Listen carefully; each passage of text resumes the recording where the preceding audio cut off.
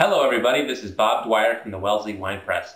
I thought it would be interesting to do a tasting today, a live tasting of a couple of wines. Lately, if you've noticed in the little box off on the right of this page, I've been listing what I've been searching for in wines. And one of the wines that I've been searching for recently was the Paso Creek 2005 Merlot. I sought this wine out after reading Gary Vaynerchuk's book. It's a really good book. It's got 101 wines that he recommends that you can buy right now in stores. So Gary Vaynerchuk is great, right? I really admire him a lot. I watch his webcast all the time. If you haven't got a chance to check it out, I highly recommend that you check it out because whenever he talks about anything, it's interesting, whether it's wine or social media or anything. So I'm a big fan of his. So I thought it interesting. He recommended this wine. And I then later looked at the Wine Spectator rating on this wine, and Wine Spectator only gave it 77 points. So a big contrast. You have a recommendation, and then a 77 from Spectator is like a huge insult. It's like, do not buy this wine under any circumstances. So I thought it'd be really interesting to taste this wine in the spirit of seeing whether Gary's kind of recommendations align with things I'm looking for in wine, or whether Spectator is more the direction I should be looking when I read wine recommendations. So I also thought it'd be interesting to taste it alongside a wine that I got a recommendation from Wine Spectator a couple years ago that really turned me on and really started me paying attention to Wine Spectator's ratings. So this is the 2005 Columbia Crest Grand Estates Merlot. And when I first read the recommendation on their 2003, the 2003 vintage of this wine, I went out and bought it, and I was blown away. It's $11 wine, and it was given 90 points, and I've been a big fan of Columbia Crest wines in general, and specifically their Grand Estates line is the one to watch for.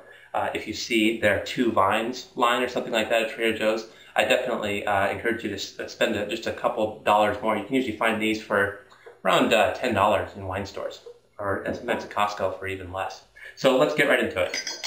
Let's first pour this Paso Creek Merlot. I've had this wine open for probably a half an hour now. It looks pretty light-bodied, I would say, compared to some Merlots. Some Merlots get pretty dark.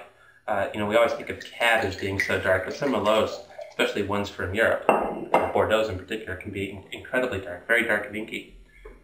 So they look about the same, I would say. Two of them side by side in terms of darkness. Maybe the Columbia Crest just a little bit darker.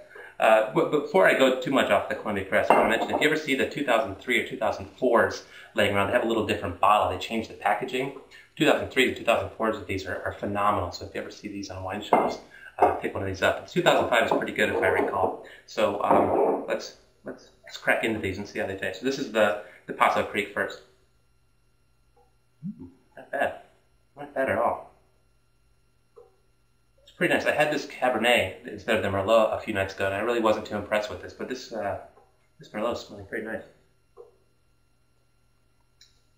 Has a kind of a savory component on top of fruity components that I usually I picked up in this Columbia Crest. So I'm kind of impressed to see that in this one.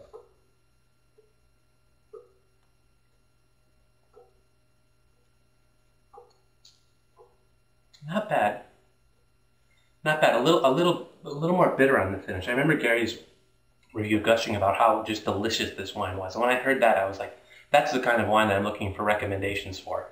A lot of times the real deep wine reviews will be kind of unapproachable. They're talking on a level that I'm just not at yet. And further, if you're going to be serving up wines to your friends and family, do you want them to be drinking wines that aren't really that good that you have to be a wine pro to enjoy? Not really. This isn't bad. I think it smells better to me than it tastes.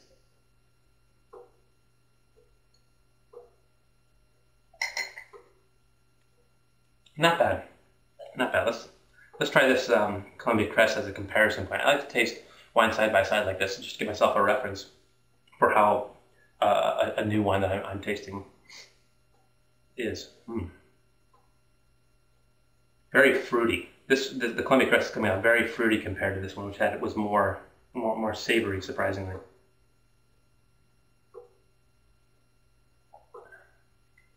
This is pretty nice.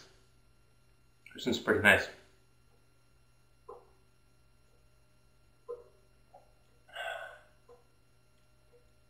So back on the 2003 version of this, I loved it, and I agree totally that was a 90 points. I think Spectator gave the 2005 here a score of 88. When I reviewed these on Corked, I believe I went 92 and 90 on this one. This one is probably, I would go 89 on this just as I'm tasting it here today. It's close to greatness, but really not quite as good as I remember that one being. This Paso Creek, I don't know what to make of it though. I mean, Spectator giving it a score of 77 seems way lower than I would go. I think it smells really nice. I like the way it smells, especially, like I say, it's more savory than fruity. But I'm not blown away by it. You know, I wouldn't run out and tell my friends to buy this wine necessarily. So I'm surprised that Gary was so high on it, included it in his book.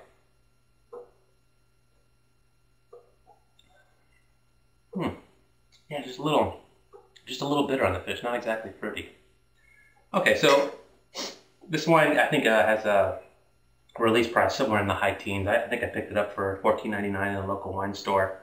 I recommend it, but I'd probably go 87 points on it. I wouldn't go down to 77 for sure. That's quite an insult. I'd probably go 87 points on this one, and this Columbia Crest 2005 I'd go 89 points on. So good wines, both of them. I enjoyed I think I'll enjoy drinking these quite a bit. Check it out. Let me know what you think. If you ever had either of these wines, any of these wines, go ahead and leave a comment, and I'll look forward to talking to you soon. Thanks.